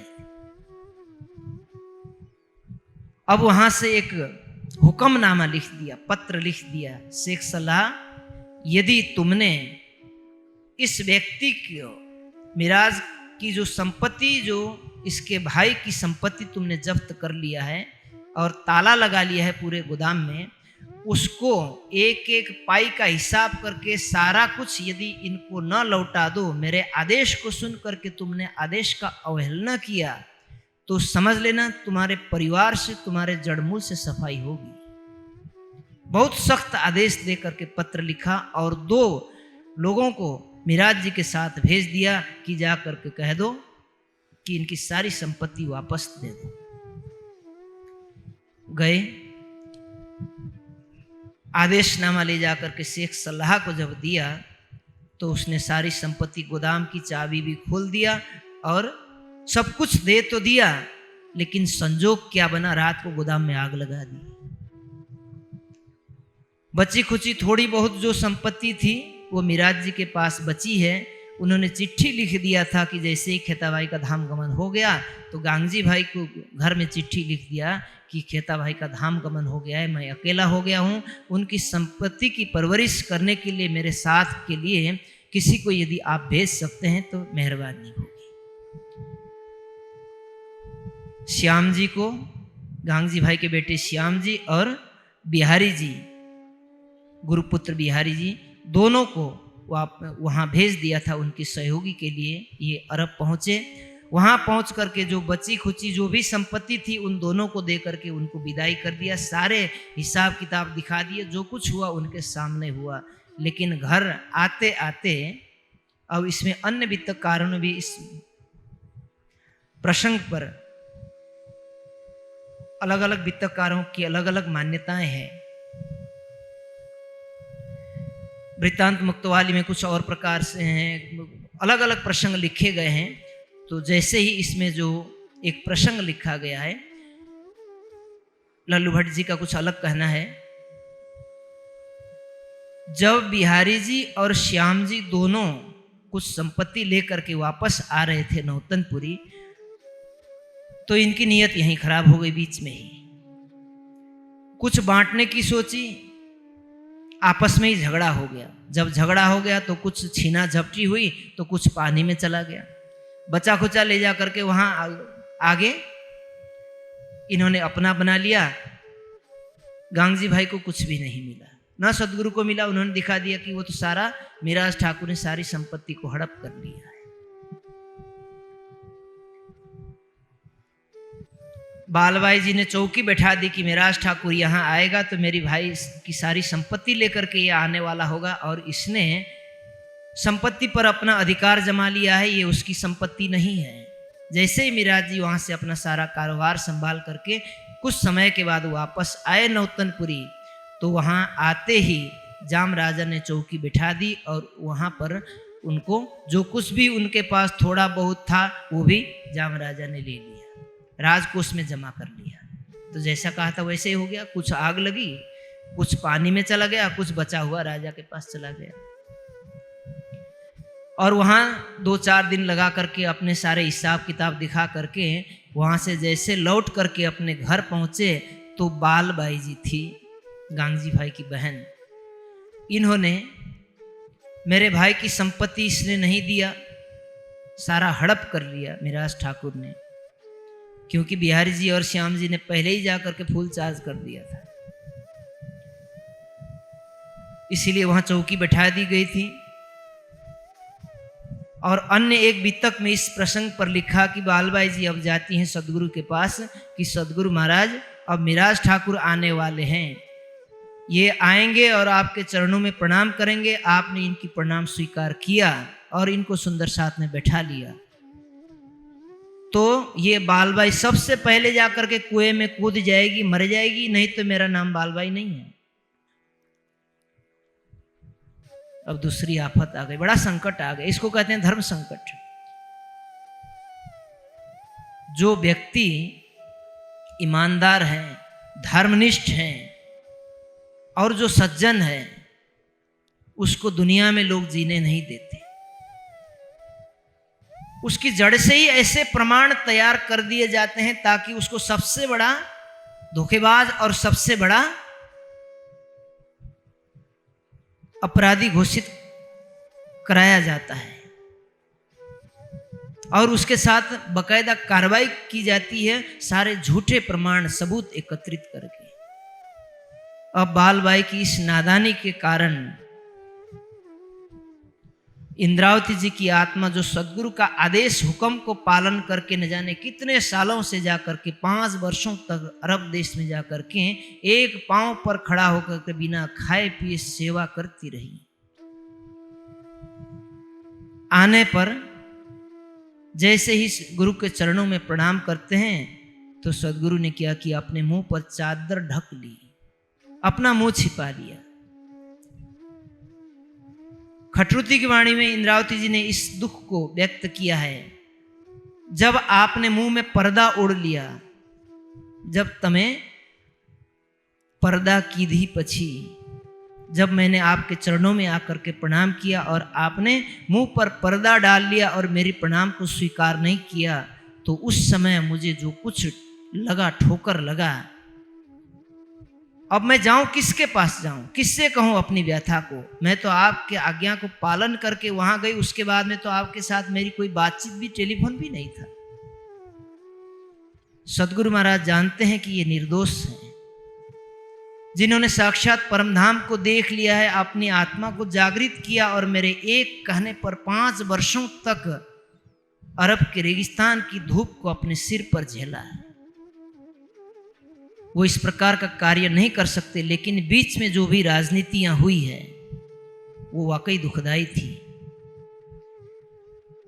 सदगुरु चाहते हैं कि मिराज से मिल लें, प्रणाम पाती हो, एक आपस की दुख दूर किया जाए, लेकिन बालबाई कुएं पर खड़ी है, उस नादान को कौन समझाए। न चाहते हुए भी सदगुरु महाराज अपना मुंह छिपा लेते हैं। मिराज जी वहां से बहुत दुखी होकर के अब अपने घर चले जाते हैं और अपने घर में रह करके विरह करते हैं, कहते हैं कि धाम धनी, मैंने ऐसा क्या किया था जिसके कारण मुझे आज ये वियोग के दिन देखने पड़ रहे हैं। क्या इस ब्रह्मांड में रह करके धनी का आज्ञा पालन करते हुए एक सीधे साधे तरीके से जीवन जीना कोई एक अत्याचार और अन्याय है, कोई अपराध का कार्य है। खटरुती की वाणी पढ़ लेना, उसमें सारे विरह उसमें प्रकट किए हैं उन्होंने उस समय के।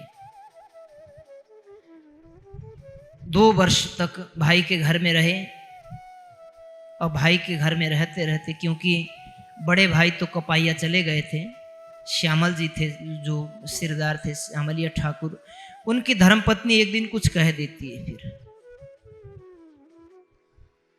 उनको वो पुरानी बात याद आई और कोई बात हो गई होगी आपस में। कहते मिराज,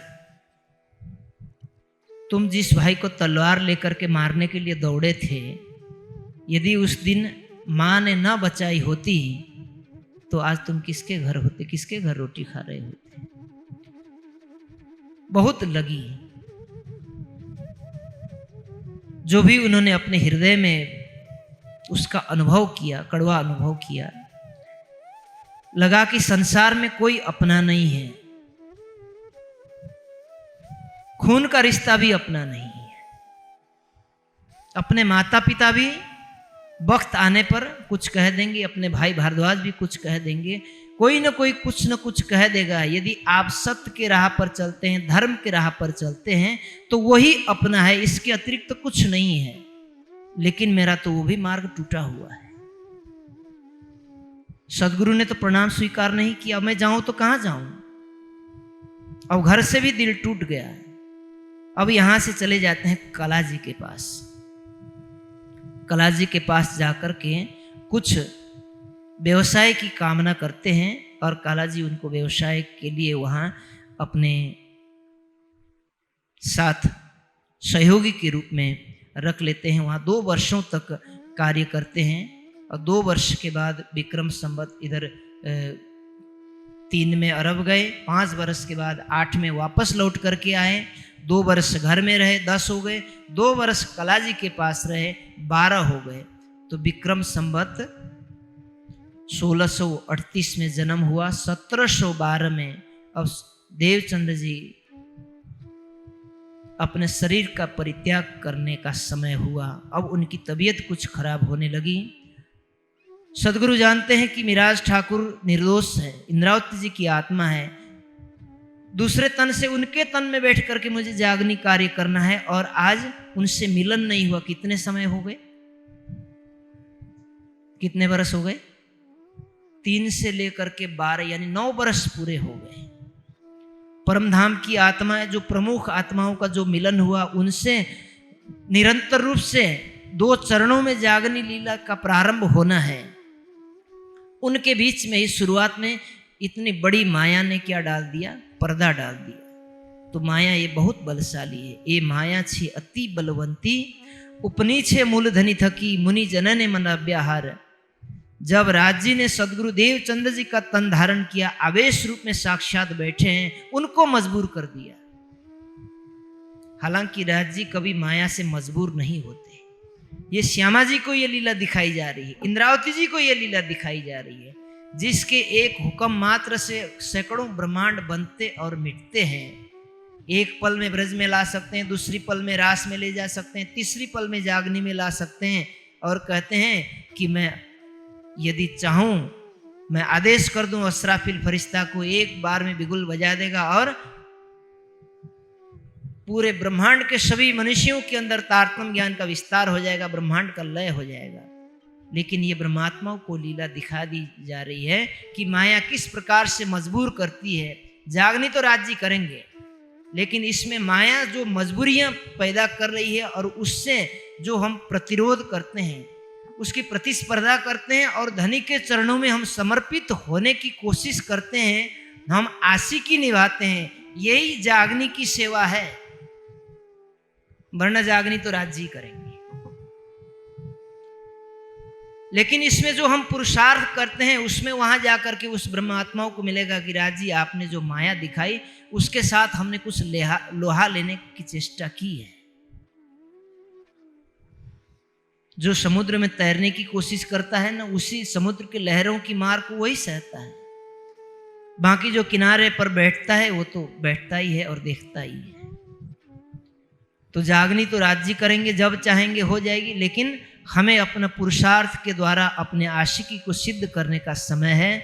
इस समय जो भी अपनी आशिकी को सिद्ध कर पाएगा, माया उसके साथ बहुत संघर्ष करेगी, बहुत रोना रुलाएगी, लेकिन इसका मजा जब हम परात्म में जागृत होंगे तो वहां इसका स्वाद मिलेगा। आज का प्रसंग हम यहाँ समापन करते हैं। कल सतगुरु देवचंद जी का देहावसान होगा। महामती जी के हृदय में धामधनी आकर के विराजमान होंगे। महामती जी को पता ही नहीं रहेगा आगे किस प्रकार से जागनी लीला होगी। बिहारी जी को गादी पर बैठाया जाएगा, इत्यादि प्रसंग को हम आगे के प्रसंग में श्रवण करेंगे।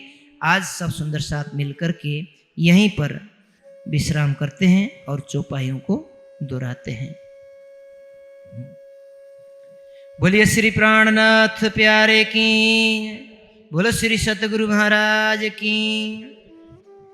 यहां से ती फेर के गए कलाजी पास, तहां जाए रोजगार की, दिल में राखी आस, दिल में राखी आस। बोलिए श्री प्राणनाथ प्यारे की, धाम के धनी की। अधिक जानकारी हेतु हमारी वेबसाइट www.spjin.org पर आएं और हमारे YouTube चैनल को सब्सक्राइब करें। धन्यवाद।